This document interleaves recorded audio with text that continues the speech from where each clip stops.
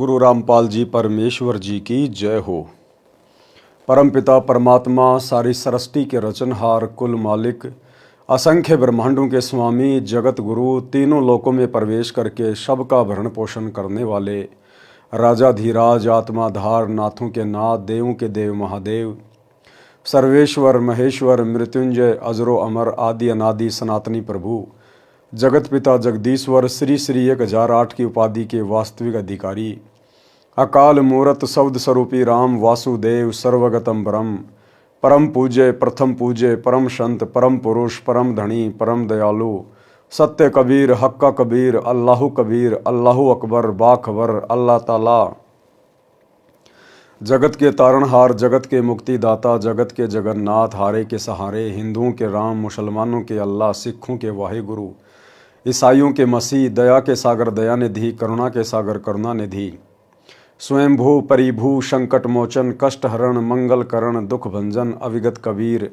निर्विकार निर्विषम परमात्मा, अलय अलेख सतगुरु, आदि अनादि सतगुरु, असली मर्यादा पुरुषोत्तम, असली राम, असली कृष्ण, असली घनश्याम, असली मुरारी, राजाओं के राजा, महाराजाओं के महाराजा, शहंशाहों के शहंशाह, सम्राटों के सम्राट, भगवानों के भगवान, अल्लाहों के अल्लाह, प्रभुओं के प्रभु, मसीहाओं के मसीह, सच्चे वाहिगुरु, बाबाओं के बाबा, पीरों के पीर, सेठों के सेठ, जगत सेठ, सावड़सा सेठ, सर्वगुण संपन्न, अनंत कोटि कलाओं के स्वामी, अनंत कोटि ब्रह्मांडों के नायक, योगियों में महायोगी, ध्यानियों में महाध्यानी, सिद्धों में परम सिद्ध, ज्ञानियों में तत्व ज्ञानी, ब्रह्म ज्ञानी, महाज्ञानी, परम ज्ञानी, सर्वश्रेष्ठ ज्ञानी, विज्ञानी, युवा कबीर, समरथ कबीर, असमवात, अमित ओजा, सच्चे रहनुमा, करीम अल्लाह, सुभान अल्लाह, दुनिया के अंतिम पैगंबर, 8 सितंबर 1951 से गांव धनाना, जिला सोनीपत, हरियाणा, भारतवर्ष की पावन भूमि पे प्रकट रियल कल की भगवान श्री नारायण साकार हरि, श्री बाबा साहिब, नूर अनंत परमात्मा, संत श्रोमणी सतगुरु रामपाल जी परमेश्वर जी के चरण कमल में साध संगति से जुड़े हुए आप और हम सभी सत्सेवक भाई बहनों का अनंत कोटि दंडोत प्रणाम। सत्सारी भाई और बहनों, दया पूज्य गुरुदेव भगवान की, सतगुरु रामपाल जी परमेश्वर जी की, सारी सृष्टि के पालन पोषण कर्ता की, आप और हम सभी सत्सेवक भाई बहन पूज्य गुरुदेव जी के विशेष आशीर्वाद से अपनी आत्मा के कल्याण हेतु भक्ति मार्ग पर निरंतर मोक्ष प्राप्ति के लिए दृढ़ता के साथ आगे बढ़ रहे हैं। भाई और बहनों, पूज्य गुरुदेव जी के कर कमल से लिखित पवित्र पुस्तक मुक्ति बोध के ऊपर वीडियो बनाने की श्रृंखला जारी है। इस श्रृंखला में आज हमारा ये 29वें नंबर का वीडियो है। प्रत्येक वीडियो में गुरुदेव भगवान के आशीर्वाद से हमें कुछ न कुछ अध्यात्म से संबंधित अवश्य जानने और सीखने को मिलता है। आज की वीडियो में पूज्य गुरुदेव जी के आशीर्वाद से हम तैमूर लंग के जीवन पर प्रकाश डालेंगे। यानी गुरुदेव भगवान ने तैमूर लंग के विषय में जो कथा लिखी है, आज हम उसको समझने का प्रयास करेंगे। और परमेश्वर ने 3 लोक के भगवान श्री विष्णु जी से और स्वयं की तुलना करके हमें बताया है, समझाया है कि कबीर परमेश्वर जी ने तैमूर लंग की 1 रोटी खाकर 7 पीढ़ी का अखंड राज्य दे दिया, जबकि श्री कृष्ण जी ने सुदामा की 3 मुट्ठी चावल खाकर केवल उसका महल ही बनवाया था। और आज हमें इस तत्व ज्ञान की प्राप्ति के बाद ये भी पता चल गया कि सुदामा का वो महल भी श्री कृष्ण जी के रूप में कबीर परमेश्वर सतगुरु रामपाल जी भगवान ने ही विश्वकर्मा जी से बनवाया था। तो भाई और बहनों, करे करावे साइयाँ, मन में लहर उठा, दादू सरदर जीव के आप बगल हो जा। इस कबीर परमेश्वर सतगुरु रामपाल जी भगवान के अलावा इस सृष्टि में दूसरा कोई भी कर्ता धर्ता नहीं है। इन देवी देवताओं के रूप में या ब्रह्मा विष्णु महेश के रूप में यदि साधकों को थोड़ा बहुत कोई लाभ देता है तो वो भी कबीर परमात्मा ही देता है। जब ये देवी देवता ब्रह्मा विष्णु महेश भी विशेष संकट में होते हैं और जब आत्मा से अपनी रक्षा की पुकार करते हैं तो भाई और बहनों, इनके भक्ति आधार से, इनके पुण्य के आधार से ये कबीर परमात्मा सतगुरु रामपाल जी भगवान इनकी भी मदद करने के लिए प्रकट होता है। जैसे रावण का वध करते समय श्री रामचंद्र जी ने दुखी होकर रावण के वध के लिए परमात्मा से प्रार्थना की। 6 महीने हो गए थे श्री रामचंद्र जी को विभीषण ने जब ये बता दिया था कि इसकी नाभि में अमृत कुंड है, जब तक वहाँ तीर नहीं लगाओगे तब तक ये मरेगा नहीं। परंतु 6 महीने हो गए थे श्री रामचंद्र जी को निशाना लगाते हुए, रावण की नाभि में निशाना भी नहीं लगा पा रहा था। अंत में थक हार कर रो रो कर परमात्मा से प्रार्थना की।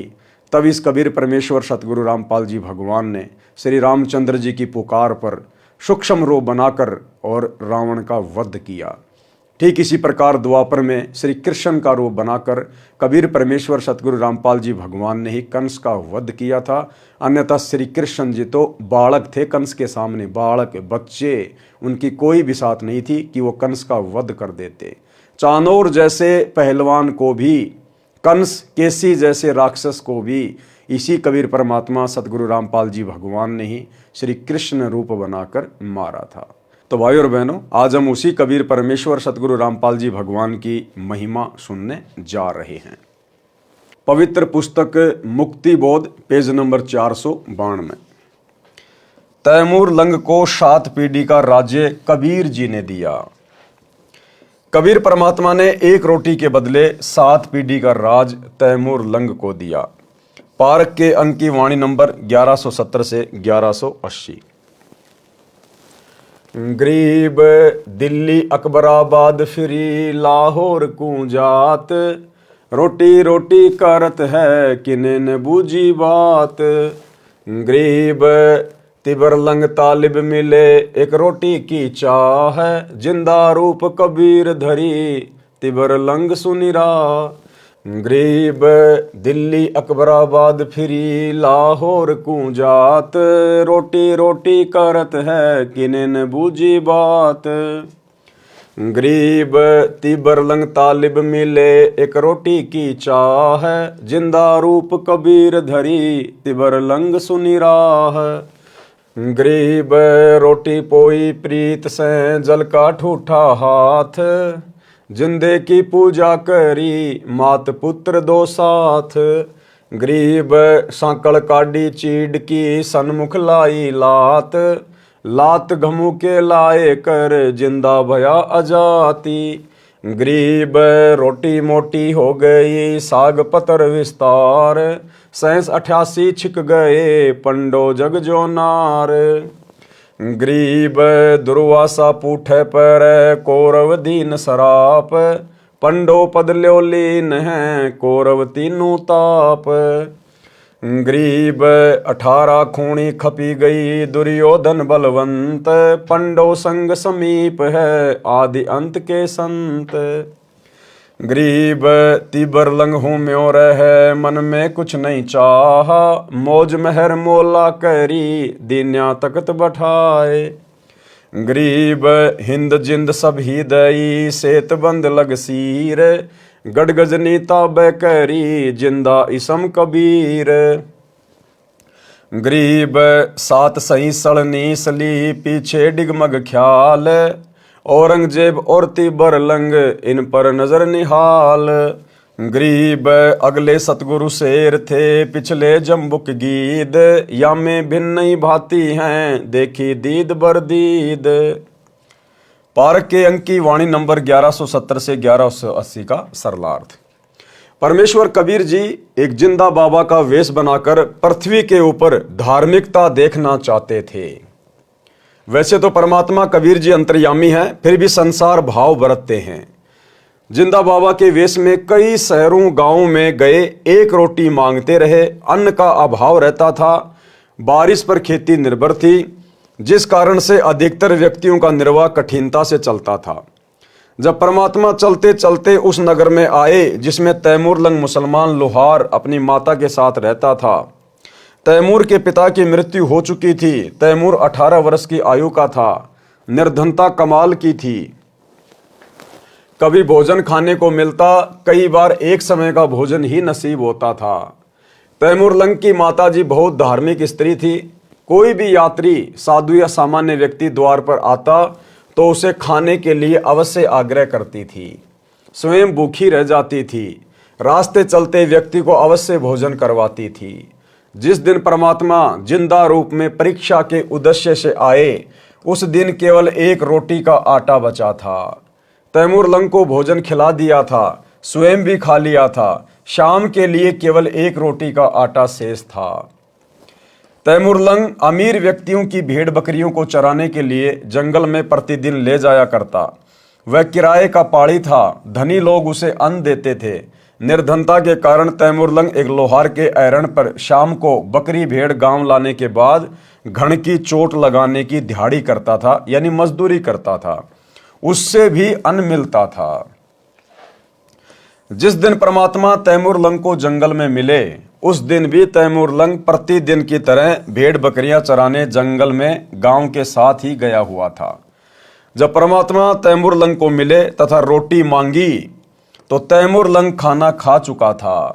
तैमूरलंग ने कहा कि महाराज आप बैठो, मेरी भेड़ बकरियों का ध्यान रखना कि कहीं कोई गुम ना हो जाए।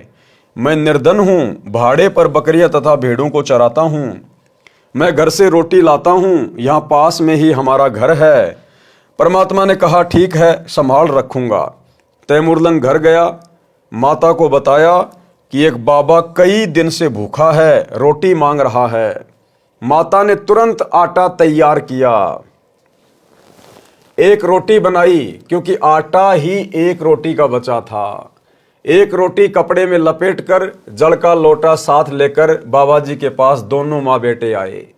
रोटी देकर जल का लोटा साथ रख लिया।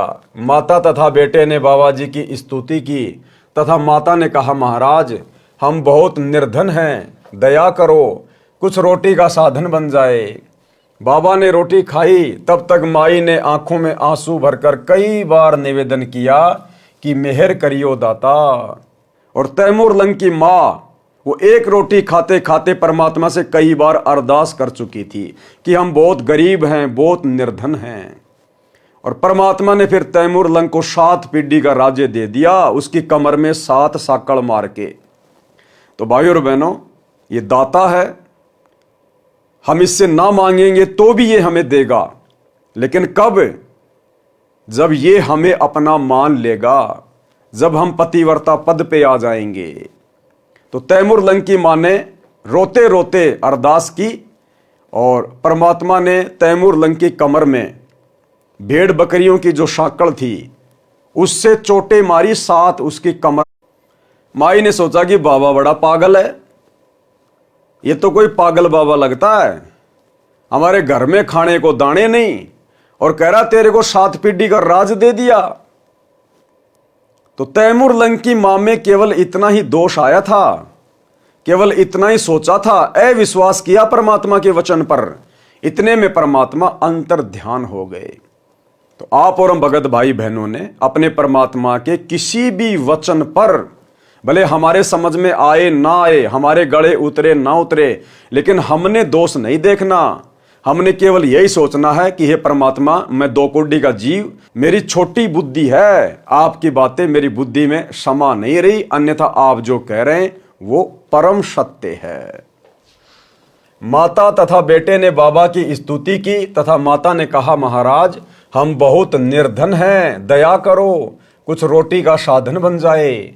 बाबा ने रोटी खाई, तब तक माई ने आंखों में आंसू भरकर कई बार निवेदन किया कि मेहर करियो दाता। बाबा जिंदा ने रोटी खाकर जल पिया। बकरी बांधने की साकड़ यानी बेल लेकर उसको तैमूरलंग की कमर में 7 बार मारा। चीड़ की सन की बेल थी, चीड़ को कामण भी कहते हैं। कामण की छाल का रस्सा बहुत मजबूत होता है। फिर लात मारी तथा मुक्के मारे। माता को लगा कि मैंने बाबा को बार बार बोल दिया, जिससे चिढ़कर लड़का पीट दिया। लेकिन जब परमात्मा अंतर ध्यान हो गए, उसके बाद में तैमूरलंग ने बताया अपनी माता को कि माता जी आपने बाबा के ऊपर अविश्वास नहीं करना चाहिए था। माता जी जब बाबा मुझे मार रहा था मुझे तो पता ही नहीं चल रहा था, मुझे तो कोई चोट ही नहीं लगी, मुझे तो महसूस ही नहीं हुआ जब बाबा मुझे साकड़ से मार रहा था। माई ने पूछा कि बाबा जी बच्चे ने क्या गलती कर दी, माफ करो, बच्चा है। परमात्मा बोले कि माई इस एक रोटी का फल तेरे पुत्र को 7 पीढ़ी का राज्य का वरदान दिया है। भाई और बहनों, देखो हमारे कॉमन सेंस ने काम करना चाहिए। आप और हम अब बालक नहीं हैं, बच्चे नहीं हैं। हम समर्थ के बच्चे हैं सतगुरु रामपाल जी भगवान के। सतगुरु ने तैमूर लंग की एक रोटी खाई थी, केवल एक रोटी, और एक रोटी के बदले 7 पीढ़ी का राज दे दिया। 7 पीढ़ी का, तैमूर लंग से औरंगजेब तक दिल्ली का राज, 7 पीढ़ी का राज एक रोटी के बदले। आज आप और हम भगत भाई बहन तो परमात्मा को पूरा भंडारा करवा रहे हैं, पूरा भंडारा। तैमूर लंग को और उसकी माता को नहीं पता था कि गीता जी अध्याय 3 श्लोक नंबर 13 में क्या लिखा हुआ है, किसको भोग लगाया जाता है। उन्होंने तो स्वाभाविक ही एक साधु समझ के उनको रोटी खिलाई थी। आप और हम तो अपने गुरु को परमेश्वर, पूर्ण ब्रह्म, परमात्मा समझकर और गीता अध्याय 3 श्लोक नंबर 13 के अनुसार भोग लगा रहे हैं प्रतिदिन विधि विधान अनुसार। तैमूर लंग की मां ने परमात्मा को भोग लगाते समय कोई भोग की आरती नहीं की थी। आज आप और हम भाई बहन भोग की आरती के साथ विधि विधान से भोग लगा रहे हैं। और तैमूर लंग की माता परमात्मा की शरण में नहीं थे। आप और हम तो शरण में हैं, शत भक्ति मंत्रों का जाप कर रहे हैं। जिस दिन धन देने की बात आएगी उस दिन परमात्मा आप और हमें क्या नहीं दे देगा। देवताओं का राजा इंद्र भी आंख फाड़ता रह जाएगा। लेकिन भाई और बहनों, यह कलयुग की बिचली पीढ़ी का समय है। परमेश्वर हमें जानबूझकर नहीं दे रहा, जानबूझकर, क्योंकि परमेश्वर हमें इस नकली लोक का नकली धन नहीं देना चाहता। इस सेवा भाव के बदले, इस भक्ति के बदले परमात्मा हमें शतलोक का अखंड सुख, अखंड राज्य देना चाहता है। अन्यथा जो सेवा बंदगी आप और हम भाई बहन अपने गुरु को परमात्मा मान के कर रहे हैं उन्हीं के आशीर्वाद से, इसके बदले तो परमात्मा ब्रह्मा विष्णु महेश के राज्य जैसे असंख्य राज्य हमें दान में दे सकता है, भीख में दे सकता है। यह परमात्मा आप और हमारे भक्ति भाव से परमात्मा इतना प्रसन्न है, जो कलयुग की बिचली पीढ़ी में हमने गुरु रूप में परमेश्वर को पहचान लिया, घर घर आश्रम बना दिए, प्रतिदिन परमात्मा को भोग लग रहा है। क्या नहीं दे दे परमात्मा। तो जो भाई बहन थोड़ी बहुत निर्धनता की हालत में है, गरीबी की हालत में है, अपने मन में कभी दोष भी मत लेके आना सम्मान की तरह। काश मेरे पास में धन होता, काश मैं भी अमीर होता, बढ़िया परमात्मा का बेड लाता, बढ़िया परमात्मा को भोग लगाता। इस प्रकार की कोई कामना भी मत करना अपने मन में। जैसा है वैसा करते रहो, बस अपने भाव शुद्ध रखो। साधु भूखा भाव का, धन का भूखा नहीं। और फिर आने वाले समय में जब वो ठीक का समय आएगा, परमात्मा उचित समझेगा, हमें परमात्मा यहां के भी सर्व सुख देगा, सर्व सुख, और अंत में मोक्ष भी देगा। तो भाई और बहनों, हमने अपने परमात्मा से वैसे तो डिमांड करनी नहीं चाहिए। जैसे गुरुदेव कहते हैं ना कि अगर भगवान से मांगना है तो इतना मांगो कि साईं इतना दीजिए जामे कुटुंब समाए, हम भी भूखे ना रहें साधु ना भूखा जाए। हमने तो इस कलयुग की बिचली पीढ़ी में इतना भी नहीं मांगना। अरे यदि हम सत भक्ति कर रहे हैं, गुरु को परमात्मा मान रहे हैं, तो उसका विधान है बिना मांगे देगा। यदि हम तीनों समय की आरती विधि विधान से कर रहे हैं, गुरु को इष्ट मान के कर रहे हैं, हाथ में भक्ति बोध लेकर उनके सामने खड़े होके कर रहे हैं, तो भक्ति बोध में हम अपने परमात्मा से रोजाना मांगते ही तो हैं। गरीब उत्तम कुल करतार दो, द्वादश भूषण संग, रूप दरवे दो, दया करो ज्ञान भजन सत्संग, शील संतोष विवेक दो, दया अक्षमा इकतार, भाव भक्ति वैराग्य दो, नाम निरालम सार, योग युक्ति स्वास्थ्य जगदीश दो, सूक्ष्म ध्यान दयाल। तो सुबह के नित्य नियम से लेकर दोपहर की आरती और संध्या आरती, हम इसमें परमात्मा की महिमा भी करते हैं। हम परमात्मा से आवश्यक वस्तुएं मांगते भी हैं, भक्ति भाव भी मांग रहे हैं। तो यदि हम विधि विधान से भक्ति करेंगे तो हमारा गुरुदेव भगवान, हमारा परमात्मा गूंगा बहरा नहीं है, ये अंतर्यामी परमात्मा है। ये फिर अपने विधि विधान अनुसार बिन मांगे देगा, बिन मांगे। यदि हमने आम का पेड़ लगा दिया और यदि उसकी देखभाल कर रहे हैं, तो समय आने पर आम का पेड़ आम ही देगा, और इतने देगा हम भी खाएंगे, पड़ोसी भी खाएगा, रिश्तेदार भी ले जाएंगे, फिर भी लदपद रहेंगे। तो इस कलयुग की बिचली पीढ़ी में तो भक्तों ने अपने गुरुदेव भगवान से मांगना भी नहीं है। अगर मांगना भी है तो परमात्मा ने बताया कि भक्ति दान मोय दीजियो देवन के देवा हो, उसमें सब कुछ आ गया, हमने सब कुछ मांग लिया। हमें गुरुदेव भगवान सत्संग में सुनाते हैं कि एक सास और बहू का अक्सर झगड़ा रहता था।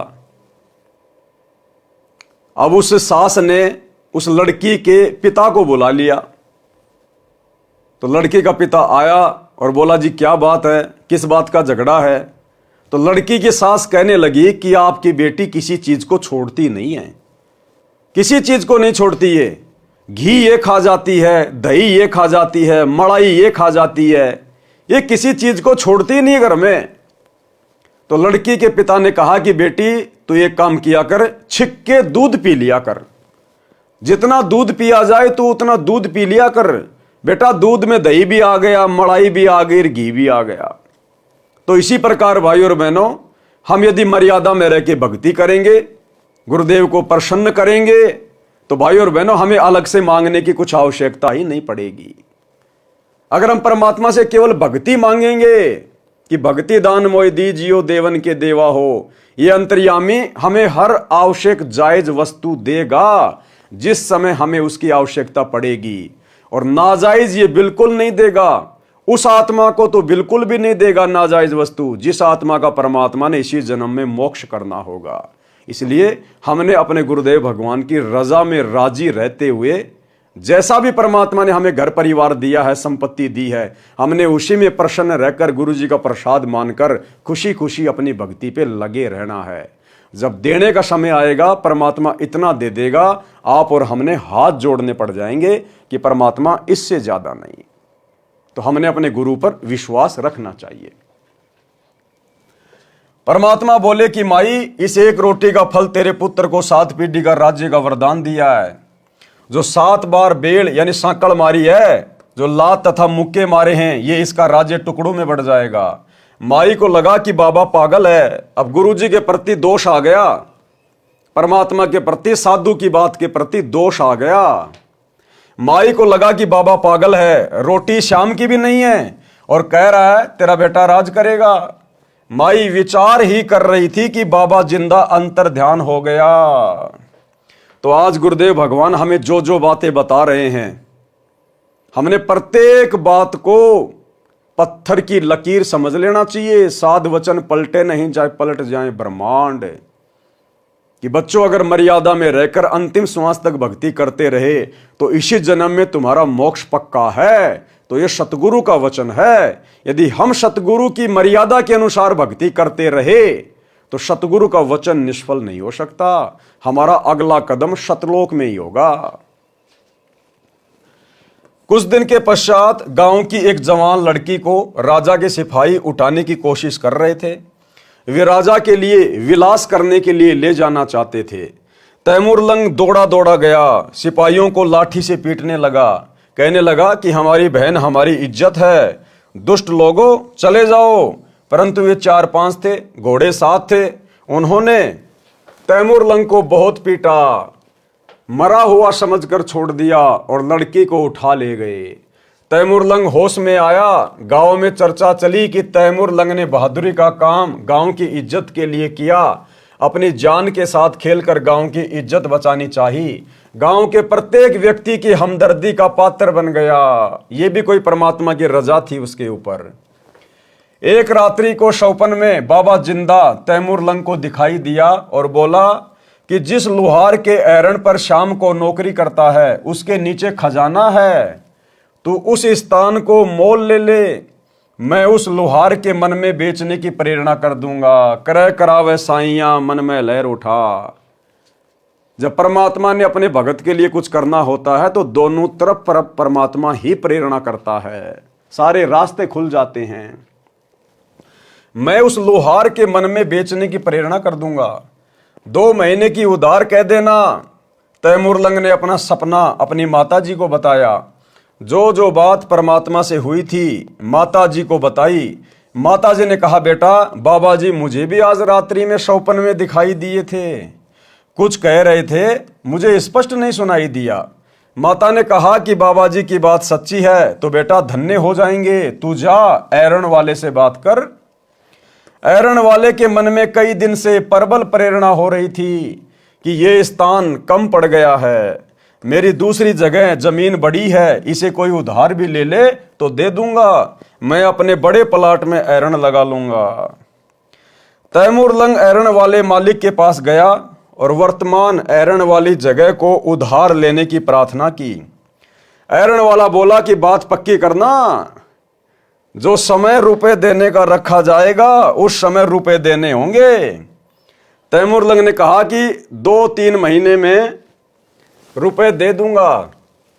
ऐरण वाला तो 1 वर्ष तक उधार पर देने को तैयार था। बात पक्की हो गई। तीसरे दिन ऐरण वाली जगह खाली कर दी गई।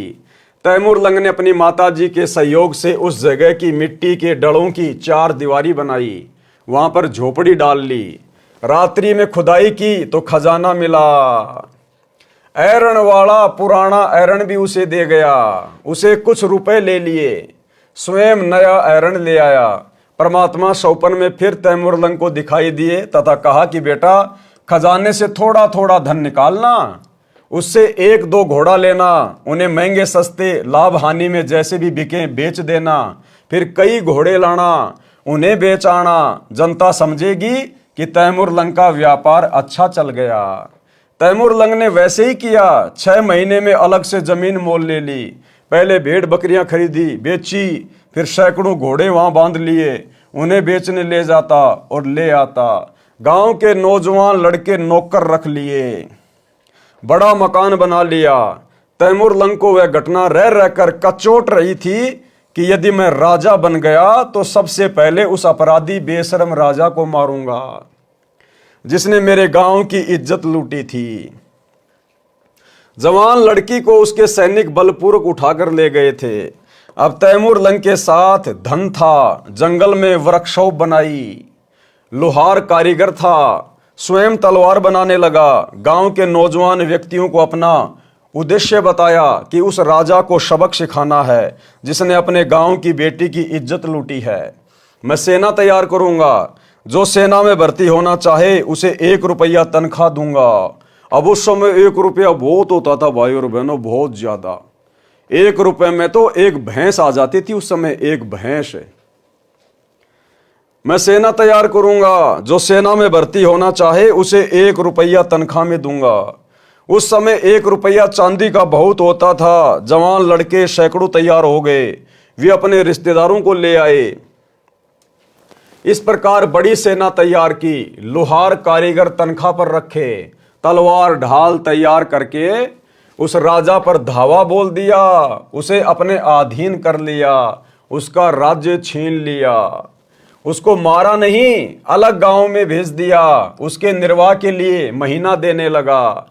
धीरे धीरे तैमूर लंग ने इराक, ईरान, तुर्किस्तान पर कब्जा कर लिया, फिर भारत पर भी अपना शासन जमा लिया।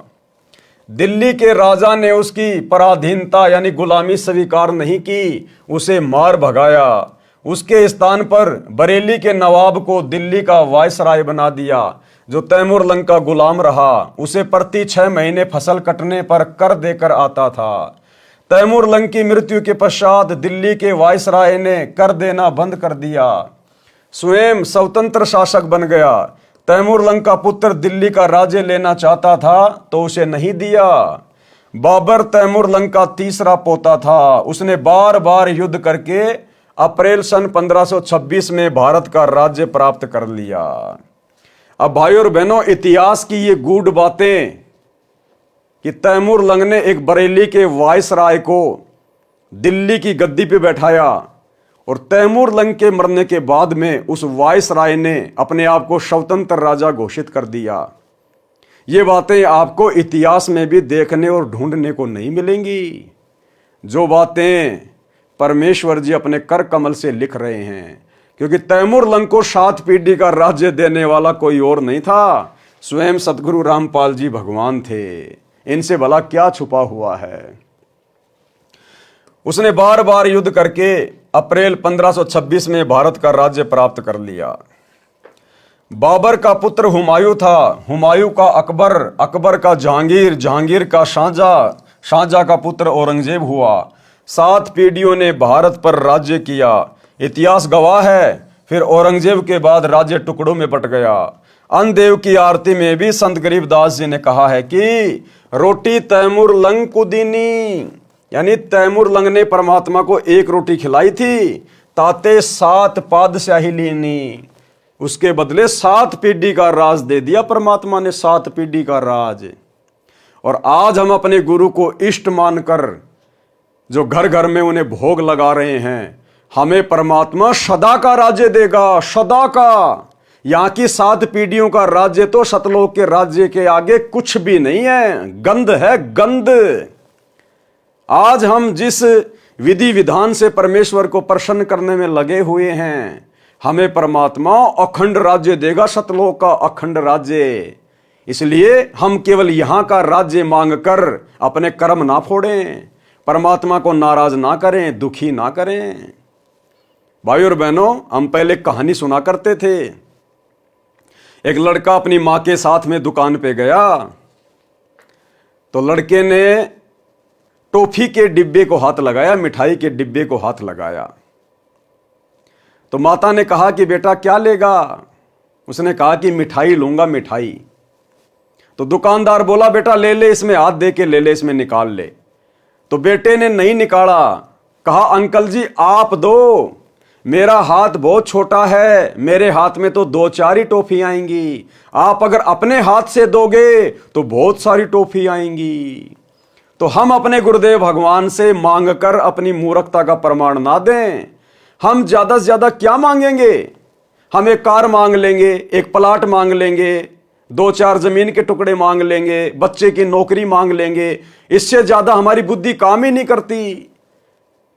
और परमेश्वर जब देगा तो छप्पर फाड़ के देगा, हमारी कल्पना से बाहर देगा।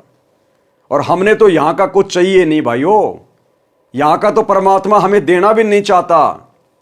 परमात्मा कहते हैं इंद्रदा राज कागदा बिष्टा ना भोगा इंद्राणी नू। फिर इस धरती का भला हम क्या मांगे परमात्मा से?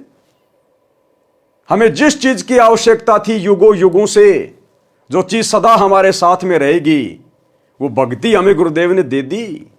कबीरा सब जग निर्धना धनवंता ना कोई, और धनवंता सो जानिए जिसके पास राम नाम धन होए। इससे बड़ा धन तो सृष्टि में कहीं नहीं है, 21 ब्रह्मांड में नहीं है इससे बड़ा धन, जो धन हमें गुरु जी ने दे दिया। परमात्मा कहते हैं गुरु समान दाता नहीं, याचक शिष्य समान, और 3 लोक की संपदा सो गुरु दीनी दान। ये जो सतनाम है, जो प्रथम नाम है, जो भक्ति है, भक्ति में सब कुछ आ जाता है। ये हमें परमात्मा ने दान में दे दी। ये 3 लोक की संपदा से भी बड़ी संपत्ति है। अब इस भक्ति से ज्यादा और हम क्या मांग सकते हैं अपने भगवान से? तो भाई और बहनों, हमने केवल मर्यादा में रह के भक्ति करनी है। बाकी हमें समय पर जिस चीज की आवश्यकता होगी और गुरुदेव भगवान उचित समझेंगे तो हमें उसके भरोसे बिल्कुल भी नहीं रहने देंगे, बिल्कुल भी। तो हमने तो अपनी भक्ति पर ध्यान देना है। रोटी तैमूर लंग को दीनी, ताते 7 पातशाही लीनी। तैमूर लंग को परमात्मा उसी जिंदा वाले वेश में फिर मिले जब वह 80 वर्ष का हो गया था, शिकार करने गया था, राजा था। तब उसको समझाया कि भक्ति कर राजा, नहीं तो नरक में गिरेगा। भूल गया वो दिन जब एक रोटी ही घर पर थी।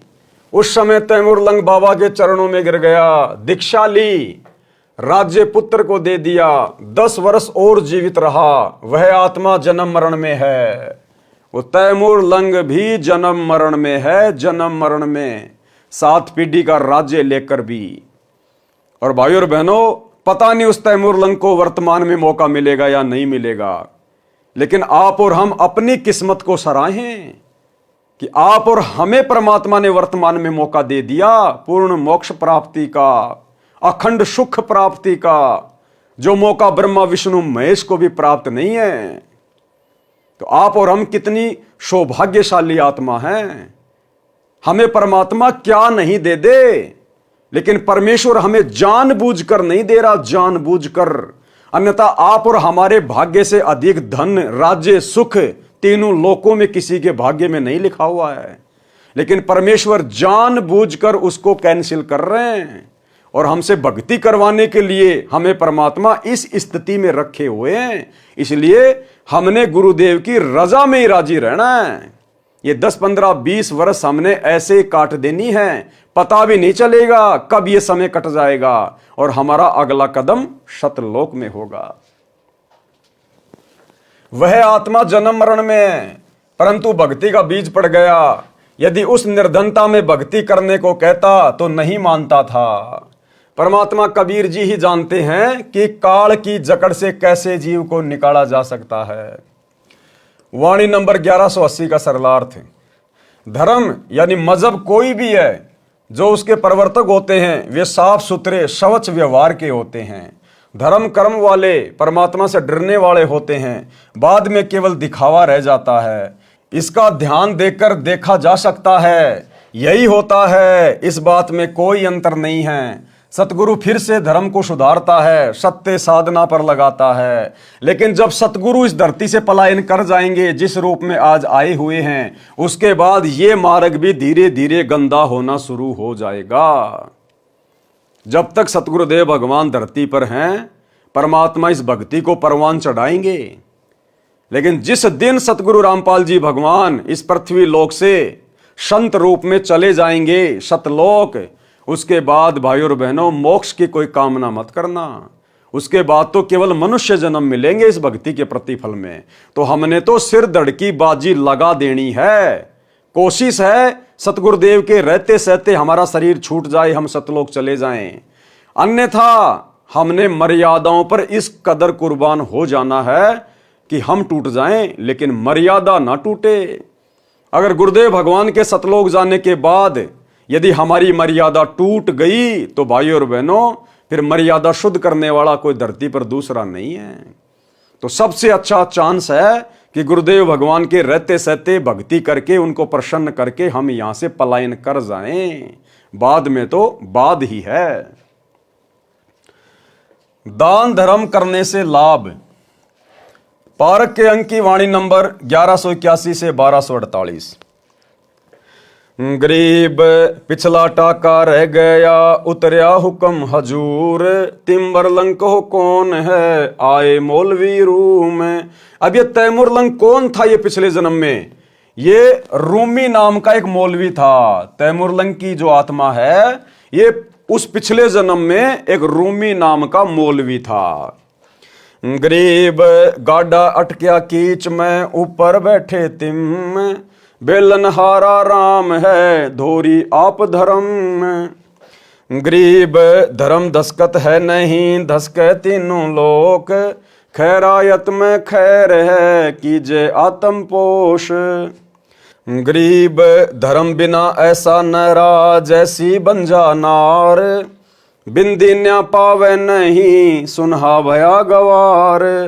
गरीब साधु संत से ये नहीं, करी न अन की साट, कुत्का बैठा कमर में, हो गया बार बाट। गरीब धर्म बिना धापे नहीं, यो प्राणी परपंच, आस बिरानी क्यों करे, दिया हो तो संच। गरीब धर्म किया बलि राय को, ठाणी इकोत्री जग, तहां 52 अवतार धरी, लिए समूचे ठगी। गरीब कंपे स्वर्ग समूल सब, ऐसी यज्ञ आरंभ, आसन सुरपति के डीगे, पान अपान सांब। गरीब हवन किए हरिहेत से, जप तप संयम साध, बलि के 52 आईया, देखा अगम अगाध। गरीब एक यज्ञ है धर्म की, दूजी यज्ञ है ध्यान, तीजी यज्ञ है हवन की, चौथी यज्ञ प्रणाम।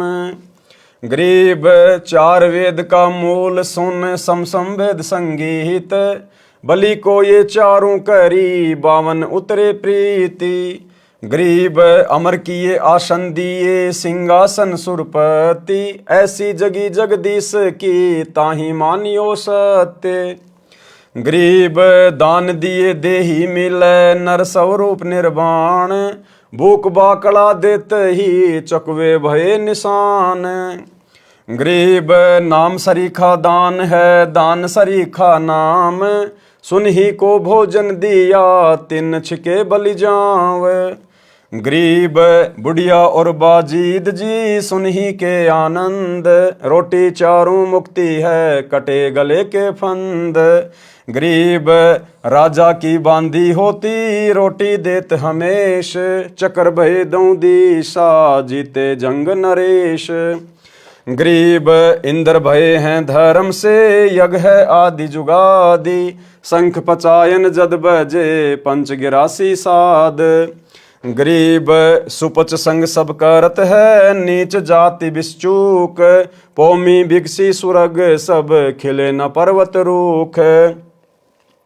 गरीब कनी कनी बाजा सब सुन्या, पंच टेर क्यों दीन, द्रौपदी के दुर्भाव है, तास भये मुस्कीन। गरीब करी द्रौपदी दिल मंजना, सुपच चरण पी धोए, बाजे शंख सर्व कला, रहे आवाज गोए। गरीब द्रौपदी चरणा अमृत लिए, सुपच शंख नहीं कीन, बाजा शंख असंख दुनी, गण गंधर्व ल्योलीन।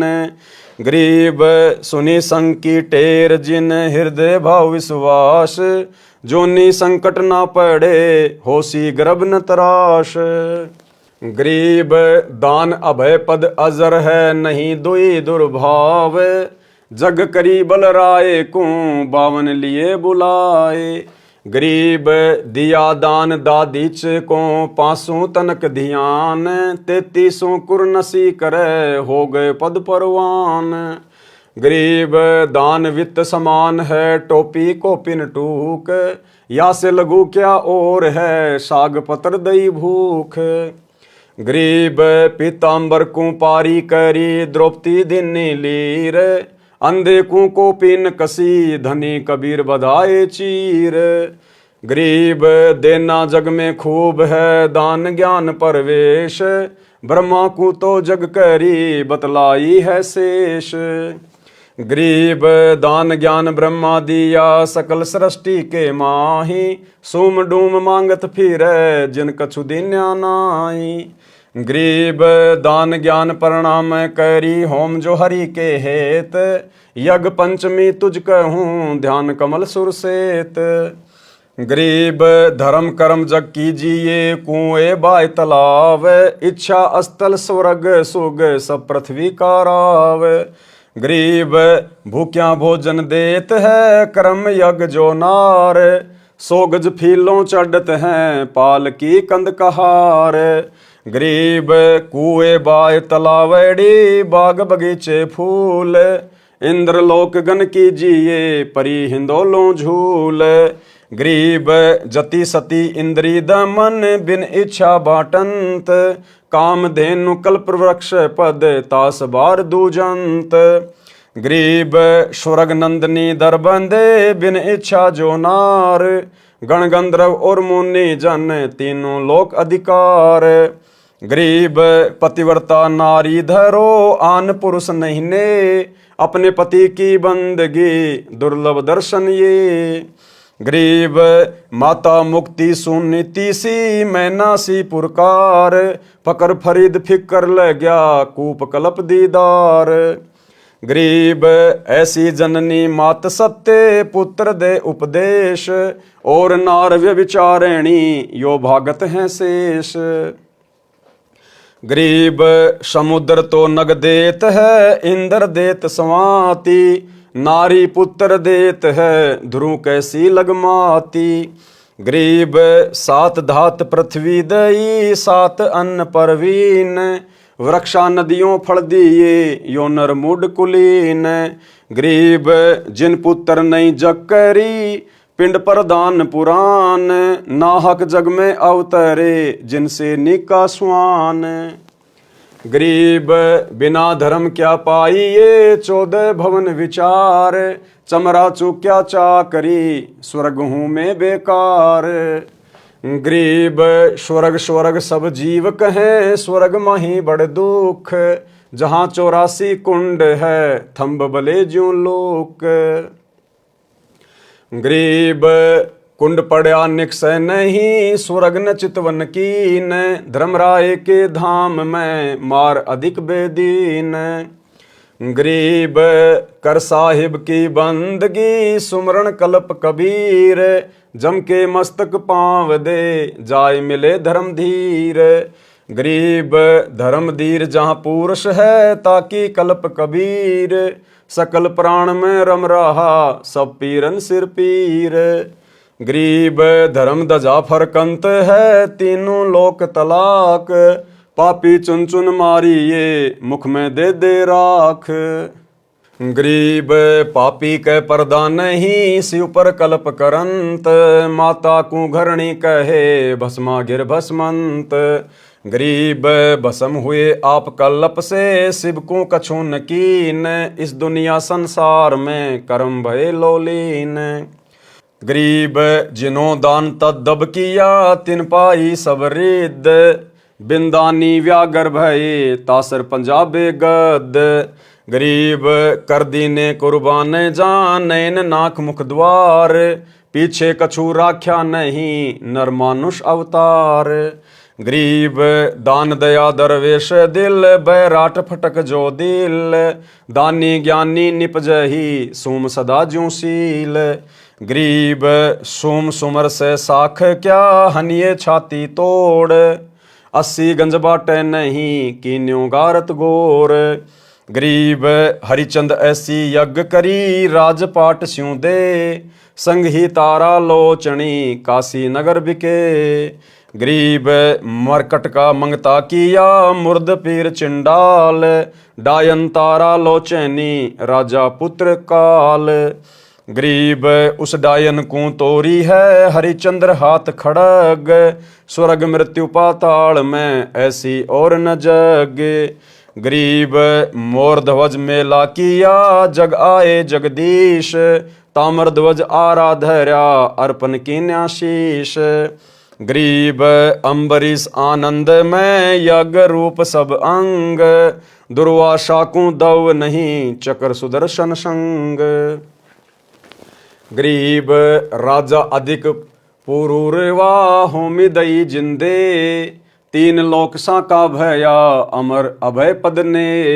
गरीब मरुत यज्ञ अद की करी, पृथ्वी सर्वस दान, अनंत कोटि राजा गए पद चीनत परवान। गरीब नगरपुरी भद्रावती, जोब नाद का राज, श्याम करण जिसके बंद्या खूहनी अनगत साज। गरीब गए भीम जहाँ सारथी, श्याम करण को लेन, भारत करी घोरा लिया तास यज्ञ तहाँ देन। गरीब गोरख जोगी ज्ञान यज्ञ करी, तत्वेता तरबीत, सतगुरु से भेटा नहीं हो गए शब्दातीत। गरीब सेव सम्मन जग करी, शीस भेद कर दीन, सतगुरु मिले कबीर से शीस चढ़े फिर सीन। गरीब यज्ञ करी जैसी करी, ऐसी करे न कोय, 9 लख बोडी बिस्तरी केसव केसव होए। गरीब यज्ञ करी रैदास को, धरे 700 रूप, कणक जनेऊ काडिया पात स्या जा भूप। गरीब तुलाधार को जग करी, नाम देव परवान, पलरे में सब चढ़ गए उठा नहीं अमान। गरीब पीपा तो पद में मिला, कीनी यज्ञ अनेक, बूझा चंदोआ बेगही अवगत सत्य अलेख। गरीब तिमर लंग तो जग करी, एक रोटी रस रीति, बिंदीनी नहीं पाई ये दान ज्ञान से प्रीति। अब परमेश्वर ने इन तमाम वाणियों में दान धर्म करने का प्रतिफल बताया है कि किस प्रकार से तो हमें दान धर्म करना चाहिए और किन परिस्थितियों में किए गए दान धर्म का परमात्मा फिर भगत को खुलकर परिणाम देता है। और दान करने से क्या मिलेगा, दान की कितनी महत्वता है और दान किसको दिया जाता है, सुपात्र को या कुपात्र को।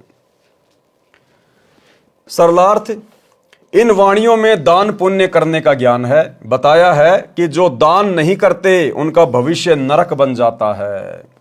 दान धर्म के अनुष्ठान यानी धर्म यज्ञ व अन्य यज्ञ करने से भक्ति ऐसे सफल होती है जैसे खेत में किसान बीज बोकर बाद में समय समय पर सिंचाई करता है, जिससे बीज उगता है, पौधा बनकर अन्न देता है। इसी प्रकार भक्ति मार्ग में नाम तो बीज है और जो यज्ञ हैं, धर्म यज्ञ, ध्यान यज्ञ, हवन यज्ञ, प्रणाम यज्ञ और ज्ञान यज्ञ, जो हम भगत भाई बहन प्रतिदिन अपने घरों पे करते हैं, पांचों यज्ञ। प्रतिदिन सत्संग सुनना ज्ञान यज्ञ, सत्संग को ध्यान से सुनना ध्यान यज्ञ, यानी तीनों समय की आरती यदि हम ध्यान से करते हैं, सत्संग ध्यान से सुनते हैं, तो हमारे दो यज्ञ बन जाते हैं, ज्ञान यज्ञ और ध्यान यज्ञ। हम गुरुदेव भगवान को प्रतिदिन दंडवत प्रणाम करते हैं। अगर हम निरअभिमानी होकर, निष्कपटी होकर, गुरु को परमेश्वर मानकर और जो विधि गुरुदेव ने बताई दंडवत प्रणाम करने की, यदि हम उस विधि से दंडवत प्रणाम करते हैं तो प्रतिदिन हमारा वो प्रणाम यज्ञ हो जाता है। हवन यज्ञ, आप और हम सभी भगत भाई बहन गाय या भैंस का देसी घी और खड़ी बत्ती का दीपक जलाते हैं, वो हमारा हवन यज्ञ। तो 4 यज्ञ हो गई, ज्ञान यज्ञ, ध्यान यज्ञ, प्रणाम यज्ञ, हवन यज्ञ, और 5वीं यज्ञ धर्म की। हम सभी भगत भाई बहन आज अपने गुरुदेव भगवान की गैर हाजिरी में प्रतिदिन अपने गुरुदेव भगवान को घर पर भोग लगा रहे हैं। ये हमारा सबसे बड़ा धर्म यज्ञ है। इसके उपरांत यदि साथ संगति में कोई सेवा चलती है, सभी भाई बहन मिलकर अपने सामर्थ्य के अनुसार सहयोग करते हैं, वो भी हमारा धर्म यज्ञ में गिना जाता है। और जब हमारे गुरुदेव भगवान हमारे समक्ष होंगे, उस समय हम सभी भगत भाई बहन अपने सामर्थ्य से बढ़कर उनके चरणों में अपने आत्म कल्याण के लिए दान धर्म करेंगे, फिर वो हमारा धर्म यज्ञ होगा। आपके घर पर कोई भगत भाई बहन आ गए, आपने उनको प्रेम से भोजन भंडारा करवा दिया, वो आपका धर्म यज्ञ हो गया। कहीं साथ संगति है, कहीं समागम है, वहां पर आपने अपना सहयोग कर दिया, आटा, दाल, चावल, चीनी, कुछ भी, वो आपका धर्म यज्ञ हो गया। लेकिन वो जगह सही होनी चाहिए। जैसे आज वर्तमान में हमारे गुरुदेव भगवान इसार जेल में बैठे हुए हैं, और यदि हम उन आश्रमों में जा जाके और जो दान धर्म का पैसा अपने गुरुजी को देना चाहिए, सुपात्र को देना चाहिए, ज्योति पाठ और दान का पैसा, वो यदि हम गुरु की गैर हाजिरी में किसी थर्ड पर्सन को देते हैं, किसी भगत को देते हैं, तो भाई और बहनों, वो कुपात्र को दिया गया दान माना जाता है, कुपात्र को। इसलिए हम भगत भाई बहनों ने वर्तमान कलयुग की बिचली पीढ़ी में केवल राजा जनक की तरह भावनाओं में बहकर अपनी भक्ति का सत्यानाश नहीं करना। आज यदि हम अपने गुरुदेव के हाथों में दान धर्म नहीं कर पा रहे हैं, तो इस बात का तो गुरुदेव को भी पता है कि जेल में आके थोड़े ना देंगे, और जेल में इनसे ज्योति पाठ का पैसा लेके मैं क्या करूंगा। तो आज तो हमारे सामने ऐसी विशेष परिस्थितियां पैदा हो रखी हैं, तो ऐसी परिस्थितियों में यदि हम दान धर्म नहीं कर पाते हैं तो हमें दोष नहीं लगता। ऐसी परिस्थितियों में हम ज्ञान को आधार बनाकर मर्यादा में रहकर भक्ति करें। अन्यथा साधु भूखा भाव का, धन का भूखा नहीं। परमात्मा हमारे धन का भूखा नहीं है, हमारे ज्योति पाठ के पैसों का भूखा नहीं है। वो मालिक है जिसने 21 ब्रह्मांड इस काल को भीख में दे रखा है, दान में दे रखा है, वो हमारे 10, 15, 20, 50 हजार लाख रुपए का भूखा नहीं है। और जो हम अपने गुरुदेव को देते हैं, वो भी तो हमें गुरुदेव ने दिया है। हमारे संस्कारवश जैसे भी कोई नौकरी है, कोई काम धंधा है, कोई व्यापार है, कोई बिजनेस है, वो भी तो उसी ने दिया हुआ है। उसी की रजा से कमा कमा के हम उनको दे रहे हैं। जो गुरुदेव धर्म में लगाते हैं, हमारे उससे पुण्यों में वृद्धि होती है। तो ये कलयुग की बिचली पीढ़ी है भाई और बहनों, हमने जोश में आकर अपना होश नहीं खोना है।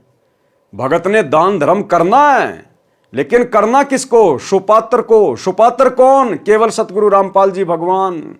तो हमने अपने गुरुदेव का इंतजार करना चाहिए।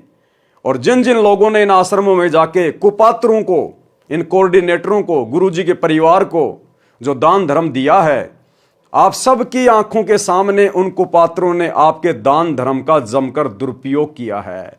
क्योंकि भाई और बहनों, परमात्मा की वाणी कभी झूठ नहीं हो सकती कि सुपात्र को दिया गया दान फलेगा, कुपात्र को दिया हुआ नहीं फलेगा।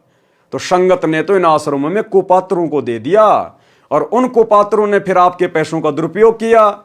धनाना गांव में करोड़ों रुपये का बैडमिंटन का स्टेडियम बना दिया, गया पैसा पानी में। धनाना आश्रम में 200 एकड़ जमीन में बहुत बड़े हॉस्पिटल का काम शुरू कर दिया, गया करोड़ों रुपया पानी में। हरियाणा के जाट आरक्षण में करोड़ों रुपया दे दिया उन अपने समाज वालों को चंदे के रूप में, गया करोड़ों रुपया पानी में। गैंगस्टर आनंदपाल सिंह की सीबीआई जांच के लिए 5 लाख रुपया राजपूत करनी सेना को दे दिया, गया भक्तों का दान पानी में। हरियाणा के गोहाना जाट महासभा का 5वां फ्लोर गुरुजी का बड़ा लड़का बनवा रहा है 1 करोड़ की लागत से, गया करोड़ों रुपया पानी में। गांव वालों के लिए रोडें बना दी, बसें चला दी, एम्बुलेंस चला दी, आश्रम में दुनिया भर के पाखंड शुरू कर दिए, राजनीति में पैर फंसा लिया, गया भक्तों का दान धर्म पानी में। तो परमात्मा का वचन झूठ नहीं हो सकता, इसलिए अगर आपने दान धर्म भी करना है तो योग्य जगह देखो कि आपके दान धर्म का क्या किया जाएगा, कहीं आपके कर्म तो नहीं फोड़े जाएंगे। अन्यथा आपने अपने गुरुजी के आने का इंतजार करना चाहिए। आप कितने बड़े अरबपति हैं, खरबपति हैं, उस समय अपने गुरुजी को देना दिल खोल के। उनकी गैर हाजिरी में कुपात्रों को देके अपने कर्म मत फोड़ो, ये परीक्षा का समय है। परमात्मा हर पॉइंट पर हमारी परीक्षा लेगा, हर पॉइंट पर, कि मैंने इनको 30 साल से क्या समझाया कि गुरु बिन माला फेरते, गुरु बिन देते दान, गुरु बिन दोनों निष्फल है, चाहे पूछो वेद पुराण। एक भगत जी ने कहा कि वाणी तो ये कह रही है कि गुरु बनाकर दान देना चाहिए, तो हमने तो सतगुरु रामपाल जी को अपना गुरु बना रखा, उसके बाद आश्रमों में दान दे रहे हैं। भैया अच्छी बात है, लेकिन गुरु ने यह कब कहा कि गुरु बनाने के बाद फिर तुम कुपात्रों को आंख बंद करके दान दे दो? आपने तो गुरु बना लिया ना, तो रोड के ऊपर जो भिखारी रहते हैं उनको भी दे दो दान। क्यों नहीं देते उन भिखारियों को आप 4 रुपए, 5 रुपए, 10 रुपए? आपको पता है कि अगर ये मेरे पैसे का दुरुपयोग करेगा तो मुझे सजा भोगनी पड़ेगी। क्यों भाई, आपने तो गुरु बना रखा ना, दे दो भिखारी को दान। ठीक इसी प्रकार गुरु बनाने के बाद भी ये देखा जाता है कि सामने वाला सुपात्र है या कुपात्र है, आंख बंद करके दान नहीं दिया जाता। तो 90% संगत ने गुरुजी की गैर हाजिरी में इस परीक्षा के समय में ज्ञान को आधार ना बनाकर अपने जमकर कर्म फोड़ लिए हैं। इसी प्रकार भक्ति मार्ग में नाम तो बीज है, और जो यज्ञ हैं 5 यज्ञ, धर्म यज्ञ, ध्यान यज्ञ, हवन यज्ञ, प्रणाम यज्ञ और ज्ञान यज्ञ सिंचाई का कार्य करती हैं। यदि दीक्षा लेकर यज्ञ नहीं की तो भक्ति सफल नहीं होती। पारक के अंक की वाणी नंबर 1209 में 5 यज्ञ बताई हैं। अब ये 5 यज्ञ करने के लिए भाई और बहनों हमें किसी आश्रम में जाने की जरूरत नहीं है। यदि हमारे गुरुदेव आश्रम में हैं तो हम लाख बार जाएं, लेकिन जैसे वर्तमान समय 2024 गुरुदेव हिसार जेल में बैठे हैं, हमने ये 5 यज्ञ करने के लिए किसी आश्रम में जाकर धक्के खाने की जरूरत नहीं है। गुरुदेव ने अनेक बार सत्संगों में समझाया कि जिस दिन घर घर में 5 यज्ञ शुरू हो जाएंगी, घर घर में, आश्रम में नहीं, जिस दिन इस ज्ञान को समझकर पुण्यात्माएं घर घर में 5 यज्ञ शुरू कर देंगे, इस धरती पर सतयुग जैसा माहौल हो जाएगा, सतयुग जैसा।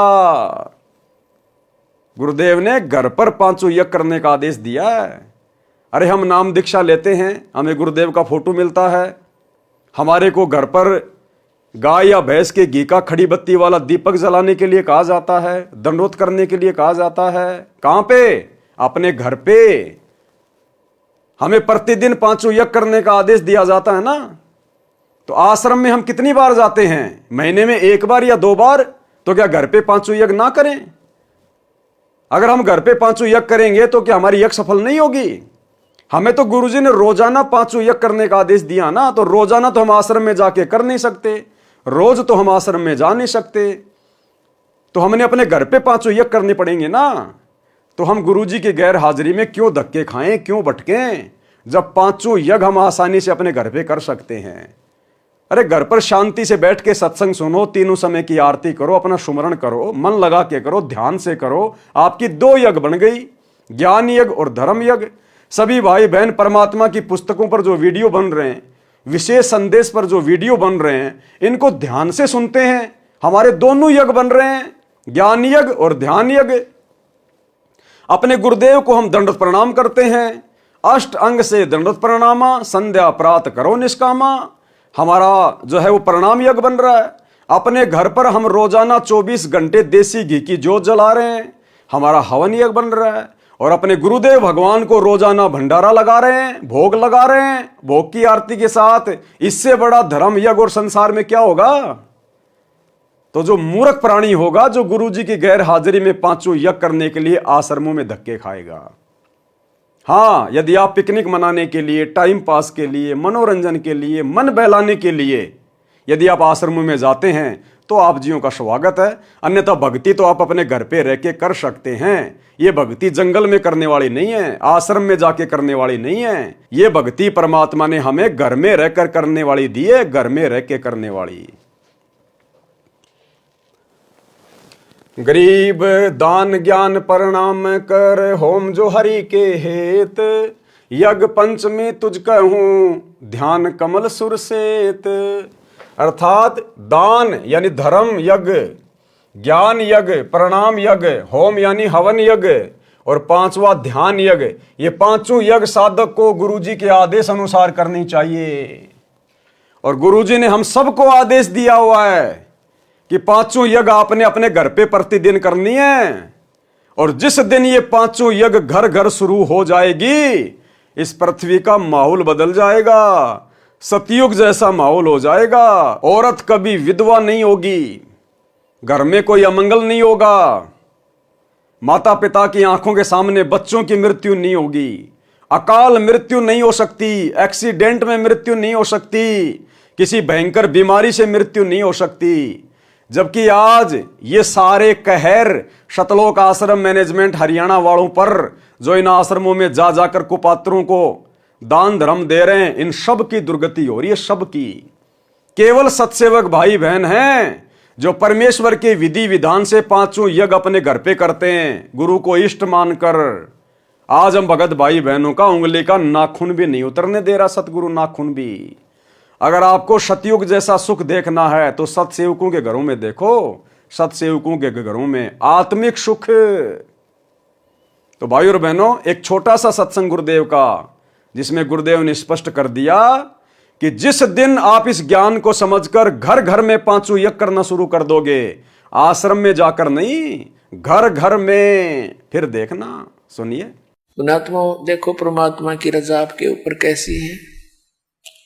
थोड़ी सी गर्मी होती है, परमात्मा बच्चा अपनी प्यारी आत्माओं के अमृत बरसा देते हैं, ठंड सी कर देते हैं कि ताकि ये बच्चे परमात्मा की मेरी महिमा को सुन लें।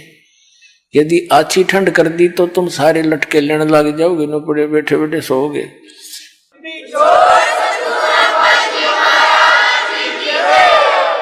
तो जितनी आवश्यकता है उतना ही अपने बच्चों को डोज देंगे। और पुण्यात्माओं, यदि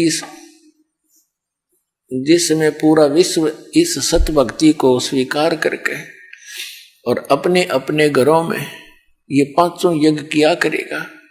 और पुण्यात्माओं, यदि जिसमें पूरा विश्व इस सत भक्ति को स्वीकार करके और अपने अपने घरों में ये पांचों यज्ञ किया करेगा, फिर देखना। सतयुग में ऐसा होता था, इतने पुण्यकर्मी प्राणी होते थे, यदि कोई 10 व्यक्ति बैठकर और चर्चा कर देते थे कि भगवान वर्षा नहीं हुई, आपके बच्चे दुखी हो गए, उसी समय परमात्मा वर्षा कर देते थे। यानी कोई अभाव सतयुग में नहीं होता था। पिता से पहले पुत्र नहीं मरता था, स्त्री विधवा नहीं होती थी। अब पुण्यात्माओं, जब हमारे कर्म सुधर जाएंगे और जो हम कर्म कर रहे हैं सत भक्ति ये पूरा विश्व करेगा, तो सब वही सतयुग जैसा ही एक बार फिर से वातावरण होगा। तो भाई और बहनों, आप लोगों को यकीन हो जाना चाहिए कि साध संगतियों में जो भी बातें बताई जाती हैं परमात्मा के ज्ञान आधार से ही बताई जाती हैं। जैसे पूर्व की वाणियों में तैमूर लंग को परमात्मा मिले, इसका कारण है कि किसी जन्म में यह आत्मा परमात्मा कबीर जी की शरण में आकर साधना किया करती थी। सुख होने पर काल तुरंत परमात्मा को भुलाता है, सुख होने पर काल तुरंत परमात्मा को बुला देता है। जीव भक्ति भी करता है लेकिन गफलत करता है। गुरुजी के परिवार को बहुत ज्यादा सुख हो गए, बहुत ज्यादा सुख हो गए। आज गुरुजी उनको याद भी नहीं आता। नरेंद्र मोदी याद आता है कि कैसे उसकी रैली में भक्तों को बसों में भरकर भेजना है। राजनेता याद आते हैं, अपने जाट समाज के लोग याद आते हैं कि कैसे भक्तों के दान का दुरुपयोग करके और जाटों के धर्मशाला बनवा के भक्तों के कर्म फोड़ने हैं। दुनियादारी याद आती है, राजपूत करणी सेना, गुंडों की सीबीआई जांच, जाट आरक्षण, भाईचारा निभाना, भक्तों के कर्म फोड़ने के लिए ज्योति पाठ का पैसा करोड़ों में चंदे के रूप में देना। ये परमात्मा की वाणी है कि जब जीव को सुख हो जाता है वो भगवान बोलता है। इसलिए परमात्मा कहते हैं, सुख के माथे पत्थर पड़ो जो नाम हृदय से जाए, और बलिहारी उस दुख के ऊपर जो पल पल नाम रटाए। तो भाई इन कोऑर्डिनेटरों को परमात्मा ने सुख दे दिए, क्योंकि ये तो गुण है भगवान का। अगर भक्ति करोगे, सुमरण करोगे तो सुख तो मिलेगा। अरे आप मजदूरी करोगे तो तनख्वाह तो मिलेगी। लेकिन ये सुख ज्ञान पूरा ना होने के कारण फिर ये सुख हमारे जीवन को तबाह कर देता है, तबाह, परमात्मा से दूर कर देता है। फिर हम मर्यादाओं को लेकर सीरियस नहीं होते। टूट रही है तो टूटने दो, भाड़ में जाओ भक्ति, हम तो ऐसे ही चलेंगे। तो आज देख लो क्या हालत हो रही है 90% संगत की, गुरुजी के परिवार की, इन कोऑर्डिनेटरों की। आज हमें ये बेशक सुखी दिखाई दे रहे हैं लेकिन इनका भविष्य अंधकार में है, अंधकार में। सुख होने पर काल तुरंत परमात्मा को बुलाता है। तैमूर लंग ने फिर अनेकों पशु पक्षियों के जन्म भोगे। अब देखो भाई और बहनों, जिसकी एक रोटी खाकर परमात्मा ने 7 पीढ़ियों का राज दिया, वो आत्मा परमात्मा से उपदेश लेने के बाद भी पशु पक्षी की योनि में गई, पशु पक्षी की योनि में। तैमूर लंग ने फिर अनेकों पशु पक्षियों के जन्म भोगे। जब मानव जन्म हुआ, धर्म के अभाव में निर्धन घर में जन्मा। ये पिछला टांका रह गया था। साहिब हकना राक्षी, जब मांगो तब दे। कभी किसी जन्म में तैमूर लंग परमात्मा की शरण में था, लेकिन भक्ति सही नहीं करी, फिर पशु पक्षियों की योनियों में चल गया। फिर उसको मनुष्य जन्म मिला। उस पिछली भक्ति के कारण, थोड़े बहुत कोई दान पुण्य के कारण वो टांका रह गया, टांका। उसके बदले में परमात्मा फिर आया अपनी आत्मा के पास, फिर एक रोटी खाई, और फिर एक रोटी खाने के कारण परमात्मा ने 7 पीढ़ी का राज दिया। कितना दयालु है परमात्मा, हमारी कितनी गलतियां माफ करता है। भले हमारी गलतियां भगवान माफ करता है, लेकिन हम तो कष्ट उठा लेते हैं। हम तो पशु पक्षियों के जन्म में जाके फिर वो भोग भोगते हैं, दुख तो उठाते ही हैं। तो भाई और बहनों, आज हमें गुरुदेव ने सबका और सारा इतिहास बता दिया, आगे पीछे का। अगम निगम की खोज ले, बुद्धि विवेक विचार, उदय अस्त का राज मिले तो बिना नाम बेगार। हमने तो सुरती सतलोक में टिका के रखनी है। जीवन रूपी गाड़ी पाप कर्मों की कीच यानी कीचड़ में धस जाती है, तो धर्म उस गाड़ी को पाप रूपी कीचड़ से निकालने वाला दमदार बैल है। पारक के अंक की वाणी नंबर 1183-1186। गरीब धर्म धसकत है नहीं, धसके तीनों लोक, खैरायत में खैर हैं कीजे आत्म पोष। गरीब धर्म बिना ऐसा नरा, जैसी बांझ नार, बिंदी न्या पावे नहीं, सुनहा बया गंवार। गरीब साधु संत से ये नहीं, करी न अन्न की सांट, कुतका बैठा कमर में हो गया 12 बाट। गरीब धर्म बिना दापे नहीं, यो प्राणी परपंच, भाई आस बिरानी क्यों कह रहे, तन दिया हो तो संच। सरलार्थ, धर्म कभी नष्ट नहीं होता, तीनों लोक नष्ट हो जाते हैं। खैरायत यानी दान धर्म करने से बचाव है, खैरायत में खैर है। इसलिए धर्म भंडारा लंगर करके धर्म करना चाहिए। जो धर्म नहीं करते उनको भक्ति का कोई लाभ नहीं मिलता। उदाहरण दिया है कि जैसे बांझ स्त्री का विवाह भी हो जाता है परंतु संतान नहीं होती, इसी प्रकार धर्म बिना भक्ति सफल नहीं होती। और वर्तमान इस कलयुग की बिचली पीढ़ी में, इस मोक्ष के प्राइम टाइम में, जिस औरत के संतान नहीं है, जिसको दुनिया वाले बांझ कहते हैं, भाई वो स्त्री दुनिया की सर्वश्रेष्ठ आत्माओं में से है, सर्वश्रेष्ठ आत्माओं में से है।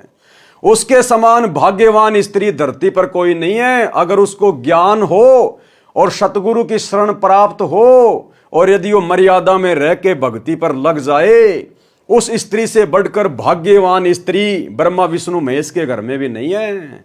उसका तो कोई पिछला लेन देन ही नहीं है, कोई ऋण संबंधी नहीं है। अगर वो मर्यादा में रह के भक्ति करेगी, उसका तो पक्का शतलोक में नंबर है, पक्का। तो भाई और बहनों, जगत की और भगत की सोच में रात दिन का अंतर होता है, रात दिन का। जैसे बांझ स्त्री का विवाह भी हो जाता है परंतु संतान नहीं होती, इसी प्रकार धर्म बिना भक्ति सफल नहीं होती। उल्टा सुनहा कुत्ते का जीवन प्राप्त करता है। सतगुरु से दीक्षा ली नहीं, अन्न की सांठ नहीं की, यानी अन्नदान भोजन नहीं कराया, नहीं किया तो कुत्ता बनकर घर घर जाता है। कहीं कहीं उसकी कमर पर मुगदर लगाया जाता है, हाय हाय करता फिरता है। धर्म किए बिना आत्मा की संतुष्टि नहीं होती, धर्म बिना धापे नहीं यो प्राणी प्रपंच। धर्म किए बिना आत्मा की संतुष्टि नहीं होती, अन्य सब परपंच हैं। यदि पिछले जन्म में या इस जन्म में दान किया है तो धन मिलेगा, अन्यथा कुछ नहीं मिलेगा। वाणी नंबर 1187 1192 का सरलार्थ। बलि राजा ने 100 यज्ञ की थी, परमात्मा 52 रूप धारण करके आया था। कौन परमात्मा? सतगुरु रामपाल जी भगवान, ये कबीर भगवान। ये धर्म का प्रभाव था कि परमात्मा को आना पड़ा। राजा बलि भगत प्रहलाद का पोता था, पिता का नाम बैलोचन था। राजा बलि ने 4 यज्ञ की थी, 52 रूप परमात्मा को आना पड़ा। यानी जहां पर धर्म होता है, धर्म, वहां मजबूरन परमात्मा को आना पड़ता है। क्या समझे?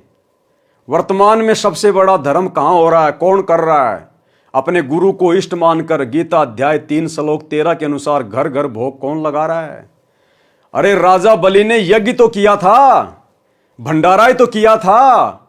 किसको जिमाया? दुनिया को। आप और हम किसको जिमा रहे हैं? अपने इष्ट को, जो पूरे संसार का पालन पोषण कर रहा है। उस परमेश्वर को खुश करने के लिए उसके विधान अनुसार उसको इष्ट मानकर भोग लगा रहे हैं घर घर में। इससे बड़ा धर्म यज्ञ संसार में कोई दूसरा नहीं है। राजा बलि का धर्म यज्ञ भी फैल है इस धर्म के आगे, जो धर्म वर्तमान में सतसेवकों के घरों में प्रतिदिन हो रहा है। अपने गुरु को इष्ट मान के भोग लगाया जा रहा है। राजा बलि के द्वारा 100 यज्ञ करना और सतसेवकों के द्वारा एक समय अपने गुरुदेव भगवान को भोग की आरती के साथ भोग लगाना, उसके 100 यज्ञ के ऊपर भारी है, 100 यज्ञ के ऊपर। तो जब राजा बलि के यज्ञ के कारण परमात्मा को 52 रूप धारण करके आना पड़ा, तो क्या आज हम सतसेवकों के घरों पे परमात्मा नहीं आएगा? परमात्मा ने देखा रे, ये तो तीनों टाइम भोग लगाते हैं, सुबह भी, दोपहर भी, शाम भी। फिर मेरे को सुबह भी आना पड़ता है, दोपहर भी आना पड़ता है, शाम को भी आना पड़ता है। तो परमात्मा ने प्रेरणा की कि बच्चों तुम तो मेरा बेड ही लगा दो। अब मैं तीनों समय हिसार जेल से आता हूं जाता हूं, तुम एक काम करो, मेरा बेड लगा दो, मैं यही ना बैठ जाऊंगा। भाई मुझे जेल में बैठना, मुझे यहां बैठना, तो क्यों ना मैं यहीं बैठ जाऊं, बार बार आना तो नहीं पड़ेगा। तो परमेश्वर अपने प्रत्येक बच्चे के घर में विराजमान है, जो गुरु को इष्ट मान के भोग लगाते हैं। क्या कह रहे हैं परमात्मा? आना पड़ता है भगवान को। और हम तो परमात्मा से विशेष विनती करते हैं। अरे राजा बलि तो केवल इंद्र का राज्य प्राप्त करने के लिए धर्मयज्ञ कर रहा था, मोक्ष के लिए नहीं कर रहा था। उसको तो पता भी नहीं था भगवान कौन है, भक्ति क्या है, मोक्ष क्या होता है। आप और हम तो निस्वार्थ भाव से अपने आत्म कल्याण के लिए, गुरु को प्रसन्न करने के लिए ये धर्म यज्ञ कर रहे हैं, भोग लगा रहे हैं। इंद्र का राज्य प्राप्त करने के लिए नहीं, थूकते हैं हम इंद्र के राज्य के ऊपर अपने गुरुदेव भगवान की आज्ञा अनुसार। तो ऐसी जगहों पर तो परमात्मा परमानेंट सेट हो जाता है, परमानेंट, एक क्षण के लिए भी दूर नहीं होता उस घर से। और फिर हम तो परमात्मा से अर्ज करते हैं, उनका भोजन भंडारा लगा के क्या विनती करते हैं? हे परमपिता परमात्मा, सारी सृष्टि के रचनहार कबीर परमेश्वर सतगुरु रामपाल जी भगवान, आप जी का भोग प्रसाद तैयार है। आप अपनी पवित्र रसना से इसे पवित्र करने की कृपा करें। हे परमेश्वर, भोग प्रसाद बनाते समय, लगाते समय या भोग की आरती करते समय यदि हम तुच्छ बुद्धि जीवों से कोई त्रुटि रह जाए तो परमेश्वर हमें तुच्छ जानकर क्षमा करना। जब हम परमात्मा से अरदास कर रहे हैं तो क्या परमात्मा अपनी पवित्र रसना से उस भोग प्रसाद को ग्रहण करके हमारे लिए पवित्र नहीं करेंगे क्या? हो ही नहीं सकता कि परमात्मा ना आए और भोग ग्रहण ना करें। ये तो अनंत कोटि कलाओं का स्वामी है। अगर पूरी सृष्टि जिसमें अरबों खरबों जीव हैं, अगर सभी परमात्मा को तीनों समय भोग लगाएं, ये परमात्मा तो प्रत्येक के पास में भिन्न भिन्न रूप बना के सूक्ष्म रूप में प्रकट हो जाएगा। इतना समर्थ है। गरीब सब पदवी के मूल हैं, सकल सिद्धि हैं तीर, और दास गरीब सत्य पुरुष भजो, अविगत कला कबीर। अरे जब काल एक जीव 1000 कला का स्वामी है, 1000 रूप बना सकता है। अक्षर पुरुष एक जीव है, 10,000 कला का स्वामी है, 10,000 रूप बना सकता है। और सतगुरु रामपाल जी भगवान अनंत कोटि कलाओं के स्वामी हैं। इनके लिए तो कुछ भी मुश्किल नहीं है। तो भाई और बहनों, परमात्मा को आना पड़ता है और आना नहीं पड़ता। अब तो परमात्मा सत्सेवकों के घर में परमानेंट पैर जमा के बैठ गए, परमानेंट पैर जमा के, कि क्या करूंगा जाके, थोड़ी देर बाद में फिर आना पड़ेगा दोपहर को, फिर शाम को आना पड़ेगा, भंडारे का भोग लगाएंगे, फिर रात को सोऊंगा तब दूध का भोग लगाएंगे, सुबह उठते ही नाश्ते का भोग लगाएंगे। तो क्या करूंगा, बार बार आऊंगा जाऊंगा, क्यों ना यहीं विराजमान हो जाता हूं। अरे वाह, बेड भी लगा दिए बहुत बढ़िया बढ़िया, रोजाना चादर वगैरह बिछती है, या सप्ताह में एक बार मेरे बच्चे मेरे कपड़े चेंज कर रहे हैं। अरे सारी व्यवस्था कर रखी है इन्होंने तो मेरे लिए। अति प्रसन्न, अति प्रसन्न। और परमात्मा विराजमान। और ये चाहिए भगत को, और क्या चाहिए। अरे जब परमात्मा बलि की यज्ञ में गए और परमात्मा ने कहा कि बेटा, मैंने वर्तमान इंद्र को, इंद्र की जो पदवी है वो दे रखी है, उसको अपना राज्य करने दे। जब इसका राज्य समाप्त होगा तब मैं तेरे को इंद्र का राज्य दूंगा, तब तक मैं तेरे को पाताल लोक का राज देता हूं। तो बलि ने क्या कहा कि परमात्मा एक वचन दो मुझे। बोला भाई बोल। बोला जब तक मैं पाताल लोक में रहूंगा, पाताल का राज करूंगा, आप मेरे द्वार के आगे 52 रूप में सदा खड़े रहेंगे। देखो, मांगना भी नहीं आया उसने, क्या मांग लिया मूर्ख आदमी ने, कि आप मेरे दरबार के आगे 52 रूप में खड़े रहेंगे। अरे कम से कम यह कह देता कि भगवान आप मेरे सिंहासन पर सूक्ष्म रूप में विराजमान रहेंगे, आप सदा मेरे ऊपर आशीर्वाद बना के रखेंगे। हे भगवान, आपके दिए हुए महल में आप विराजमान रहेंगे। लेकिन क्या मांगा कि मेरे द्वार के आगे खड़े रहेंगे। तो जब वो परमात्मा उस बलि के कहने पर और उसके दरवाजे के आगे खड़ा रह सकता है, जब तक बलि ने पाताल का राज किया, आप और हम भाई बहनों ने तो उसी परमात्मा की प्रेरणा से, देखो आप और हमारा कोई सहयोग नहीं है, कोई रोल नहीं है, हम जीव हैं 2 कोड़ी के, कर करावे साइया। आज तो हम भाई बहनों ने परमात्मा के लिए सुसज्जित बेड लगा दिए, आसन लगा दिया। आज तो परमात्मा निष्फिक्र होकर यूं पीछे हाथ लगाकर यूं लेटेंगे मालिक आराम से, मजे से। तो भाई और बहनों, आप और हमारा सौभाग्य, परम सौभाग्य। इसलिए परमात्मा कहते हैं बच्चों अपनी आत्मा को सराया करो। हम सत्सेवकों के लिए कहते हैं परमात्मा। बलि राजा ने 100 यज्ञ की थी, परमात्मा 52 रूप धारण करके आया था। यह धर्म का प्रभाव था कि परमात्मा को आना पड़ा, परमात्मा को आना पड़ा। राजा बलि भगत प्रहलाद का पोता था, पिता का नाम बैलोचन था। राजा बलि ने 4 यज्ञ की थी, 52 रूप परमात्मा को आना पड़ा। वाणी नंबर 1190 1191। गरीब एक यज्ञ है धर्म की, दूजी यज्ञ है ध्यान, तीजी यज्ञ है हवन की, चौथी यज्ञ परिणाम। गरीब 4 वेद का मूल सुन, सब संवेद संगीत, बलि को ये चारों कैरी 52 उतरे प्रीत। सरलार्थ, जो 4 यज्ञ राजा बलि ने की वे हैं धर्म यज्ञ, ध्यान यज्ञ, हवन यज्ञ और प्रणाम यज्ञ। बलि को कुछ समय के लिए पाताल लोक में छोड़ दिया है। क्या कह रहे हैं गुरुदेव? शब्दों को पकड़ना भाई और बहनों। गुरुदेव कह रहे हैं कि बलि को वर्तमान में कुछ समय के लिए पाताल लोक में छोड़ दिया है। यह शब्द कौन कहेगा? जिसने खुद छोड़ा है।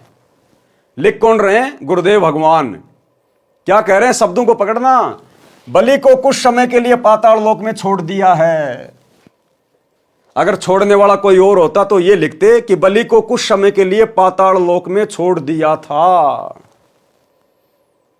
तो गुरुदेव भगवान स्वयं वो परमात्मा है जो बलि के पास में 52 रूप धारण करके गए थे। बलि को कुछ समय के लिए पाताल लोक में छोड़ दिया है।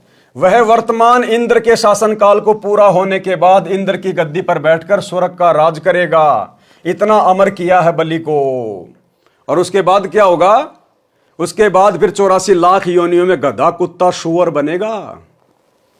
देखो, परमात्मा तो उसके पास भी गया और जाने के बाद भी क्या मिला उसको? वर्तमान में वो पाताल का राजा, उसके बाद देवताओं का राजा बनेगा, इंद्र बनेगा।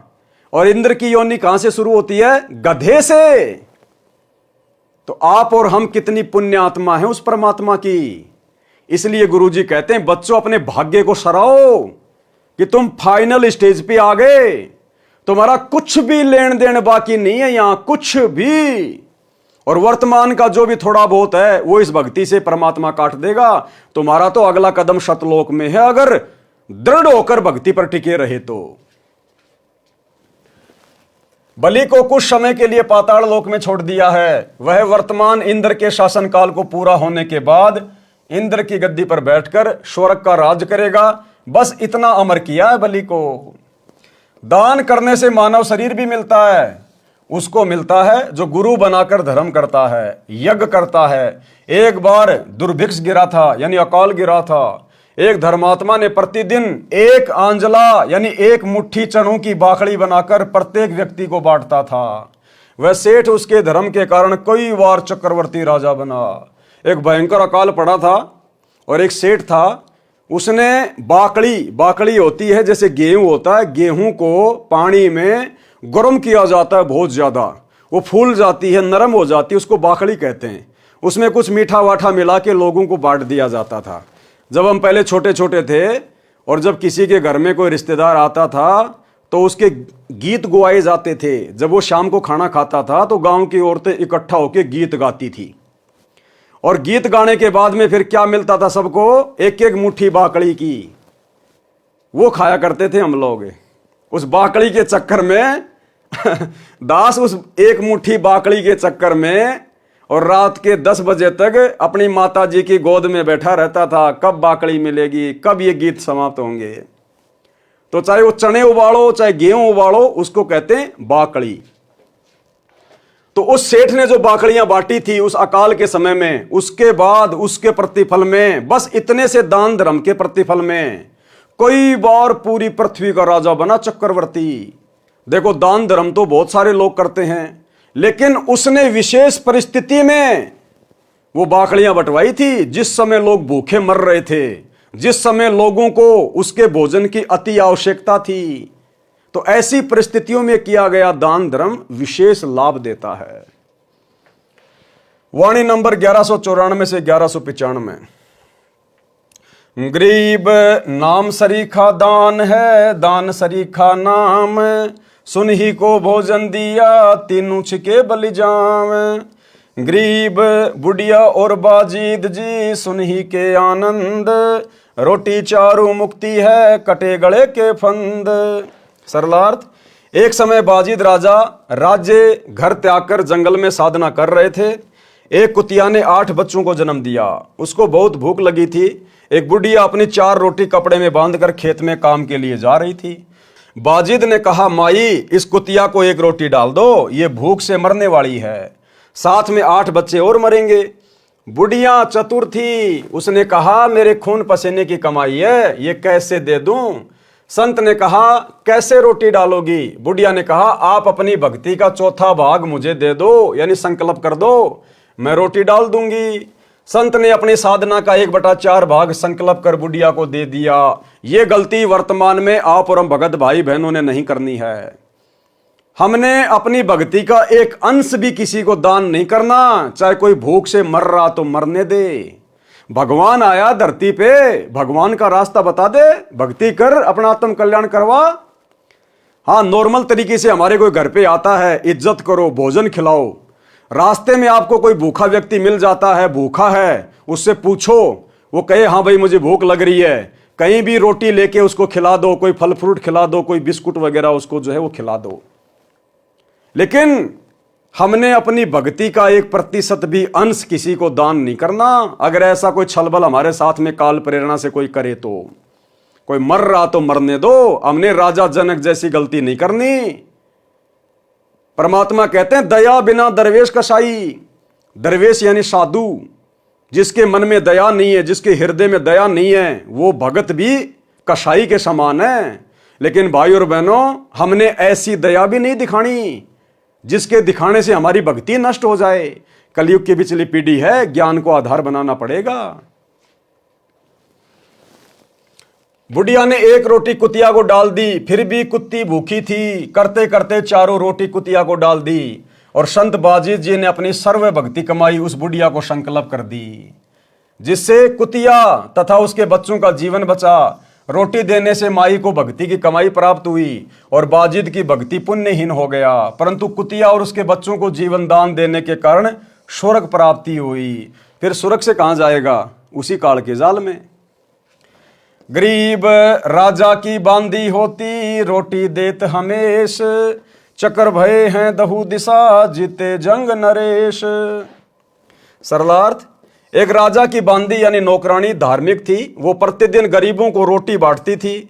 उसके कारण उस राजा ने कई राजाओं पर विजय प्राप्त की। उसका राज्य विशाल हो गया। जब उसने किसी ज्योतिष से पता किया तो पता चला कि तेरी नौकरानी के द्वारा तेरे खजाने से किए रोटी के दान से तुझे ये सफलता मिली है। वाणी नंबर 1192 1202 का सरलार्थ पूर्व में वाणी नंबर 41-47 के सरलार्थ में कर दिया है। वाणी नंबर 1203 का सरलार्थ पहले इसी अंग में कर दिया है। एक समय देवताओं और राक्षसों का युद्ध हुआ। एक राक्षस किसी भी शस्त्र से नहीं मर रहा था। एक ऋषि ने बताया कि इसकी मृत्यु ऋषि दधीचि की हड्डी के तीर से होगी। ऋषि दधीचि ने अपने पैर की हड्डी दान कर दी, तब वह राक्षस मरा। यह परमार्थ केवल महात्मा ही कर सकता है। लेकिन भाई और बहनों, हमने वर्तमान में ऐसी कोई गलती नहीं करनी है। आज हमने उसी जगह पर दान धर्म करना है जैसा हमें गुरुजी ने बताया है। आज दान धर्म केवल हमने अपने गुरुजी के चरणों में करना है, अपने गुरुजी के अनुसार करना है। आज हमने भावनाओं में नहीं बहना, आज हमने मान बढ़ाई में नहीं आना। चाहे आपके पास में 1 करोड़ रुपया क्यों ना हो, अगर आपने चंदे के लिए 1 रुपया भी दे दिया, उसी समय भक्ति खत्म हो जाएगी। आज हमें जैसा गुरुजी कहेंगे हम वैसा ही करेंगे, एक कदम भी उससे बाहर नहीं चलेंगे। दान धर्म करने की सही जगह कहां है? हमारे गुरुजी के चरण कमल, बस वहीं करेंगे। अगर किसी को भक्ति चाहिए, कोई दुखी है, कोई परेशान है, गुरुजी का एड्रेस बता दो, भैया सत्संग सुनो, नाम ले, भक्ति कर। हाँ, जैसे हम सुखी हुए वैसे तुम भी सुखी हो जाओगे। अब हमने अपने टायर की हवा दूसरे के टायर में नहीं डालनी। जहां से हवा डलती है उसका एड्रेस बता दो। अपनी वित्तीय स्थिति के अनुसार सच्चे मन से दान किया जाए, वह वास्तव में दान फलता है। टोपी यानी सिर पर पहनने वाला, सर्दी से बचने वाला टोपा दान ही किया जाए। यदि अधिक दान करने का सामर्थ्य नहीं है तो वो यही फल देगा। कोपीन जो साधु लंगोट पहनते हैं, जो 6 इंच चौड़ा 3 फुट लंबा कपड़े का टुकड़ा होता है, यदि अधिक दान करने का सामर्थ्य नहीं है तो सच्ची श्रद्धा से इतना भी दान लाभ देगा। लेकिन हमने वर्तमान में टोपा टापा कोपिन कापिन कुछ दान नहीं करना। कोपिन का मतलब होता है अंडरवियर और टोपे का मतलब होता है जो सिर पे पहनते हैं सर्दी में टोपा। हमने वैसे किसी को दान नहीं करना। हाँ, यदि आपके घर पे आपके पास में टोपा है, एक्स्ट्रा है, और आपसे यदि कोई मांग रहा है तो उसको दे दो, उसमें दिक्कत नहीं है। ऐसा नहीं आपने 10-20 टोपे खरीद लिए और मार्केट में जाके दान करने लग गए कि मुझे लाभ होगा, हैं, मेरा धर्म हो जाएगा, सारी भक्ति का सत्यानाश हो जाएगा। भक्ति का सत्यानाश है। हमने इस प्रकार से पुण्य प्राप्ति के मकसद से हमने अपनी मर्जी से कोई दान धर्म नहीं करना किसी भी चीज का। कोई भिखारी आता है आपके घर पे, खाना मांगता, खिला दो। घर से खाना बना के बाहर जाके नहीं बांटना। आपके घर पर कोई आया जिसके पास में कपड़े नहीं है, आपके पास में एक्स्ट्रा कपड़े हैं, उसको दे दो। बिना सिले हुए कपड़े नहीं देना। उस कपड़े को बेच के आपके पैसे का दुरुपयोग कर देगा। पहना हुआ कपड़ा देना है, फटा पुराना, ताकि वो दुरुपयोग ना कर सके। बहुत सोच समझ के हमने एक एक कदम उठाना है, भावनाओं में नहीं बहना बिल्कुल भी। एक बार दान करना शुरू करें, परमात्मा बरकत लाभ देने लगेगा। फिर दान की मात्रा बढ़ाते जाएं। कहां? अपने गुरुदेव के चरणों में, अपने गुरुदेव के हाथों में, अपने गुरुदेव के रहते सहते उनकी आज्ञा अनुसार। बताया है कि जब पांडवों को श्राप देने ऋषि दुर्वासा 88,000 ऋषियों की सेना लेकर गया, तब पांडव जंगल में 13 वर्ष का वनवास काट रहे थे। उस समय परमात्मा श्री कृष्ण रूप में पांडवों के पास गए। एक शाक का पत्ता ही दान किया गया, उसी से 88,000 ऋषि तृप्त हो गए। इससे लघु दान और क्या हो सकता है। जितना घर पर बचा था सब दान कर दिया। ऐसा दान जो सच्चे और समर्पण भाव से किया जाता है पूरा लाभ देता है। तो भाइयों और बहनों, आज के वीडियो में केवल इतना ही। कल रात्रि 8 बजे दास के Facebook page Pawan Das is live के ऊपर सभी भगत भाई बहन फिर से लाइव जुड़िए। अगले वीडियो में परमेश्वर हमें किस प्रकार की शिक्षाएं देंगे, क्या इस पुस्तक में आगे लिखा हुआ है, ये हम कल रात्रि के वीडियो में जानेंगे, देखेंगे, समझेंगे और अपने जीवन में इन समस्त बातों को लागू करेंगे। देखो, गुरुदेव भगवान ने लिख दिया, दास उनकी सत प्रेरणा से आपको पढ़ा रहा है, दिखा रहा है, आपने सुन लिया और अमल ना आपने किया ना मैंने किया, तो हम दोनों परमात्मा के दोषी हैं। तो यदि गुरुदेव भगवान ने इतनी मेहनत की है, इतना समय इस पुस्तक को लिखने में लगाया है, किस लिए? आप और हमारे लिए, कि हम इन उपदेशों को अपने जीवन में ढालें और भक्ति को सफल करें। तो हमने इन समस्त बातों को अपने जीवन में साथ में लागू भी करते हुए आगे बढ़ना है, तभी इसको पढ़ने और पढ़ाने का कोई फायदा है। और हम गुरुदेव भगवान से प्रार्थना करते रहें, विनती करते रहें कि परमात्मा आप समर्थ हैं, हम 2 कोटि के जीव हैं मालिक, आप दया करना परमात्मा, आप हमारे जीवन में इन समस्त बातों को लागू करवाने की शक्ति देना। तो भाइयों और बहनों, आज की वीडियो में केवल इतना ही। गुरुदेव भगवान हम सबको आज्ञा दे, इजाजत दे, आशीर्वाद दे। बंदी छोड़ सतगुरु रामपाल जी भगवान की जय हो। भाई जो गुरु बचन पे डट गए, कट गए फंद 84 के, कट गए फंद 84 के, कट गए फंद 84 के।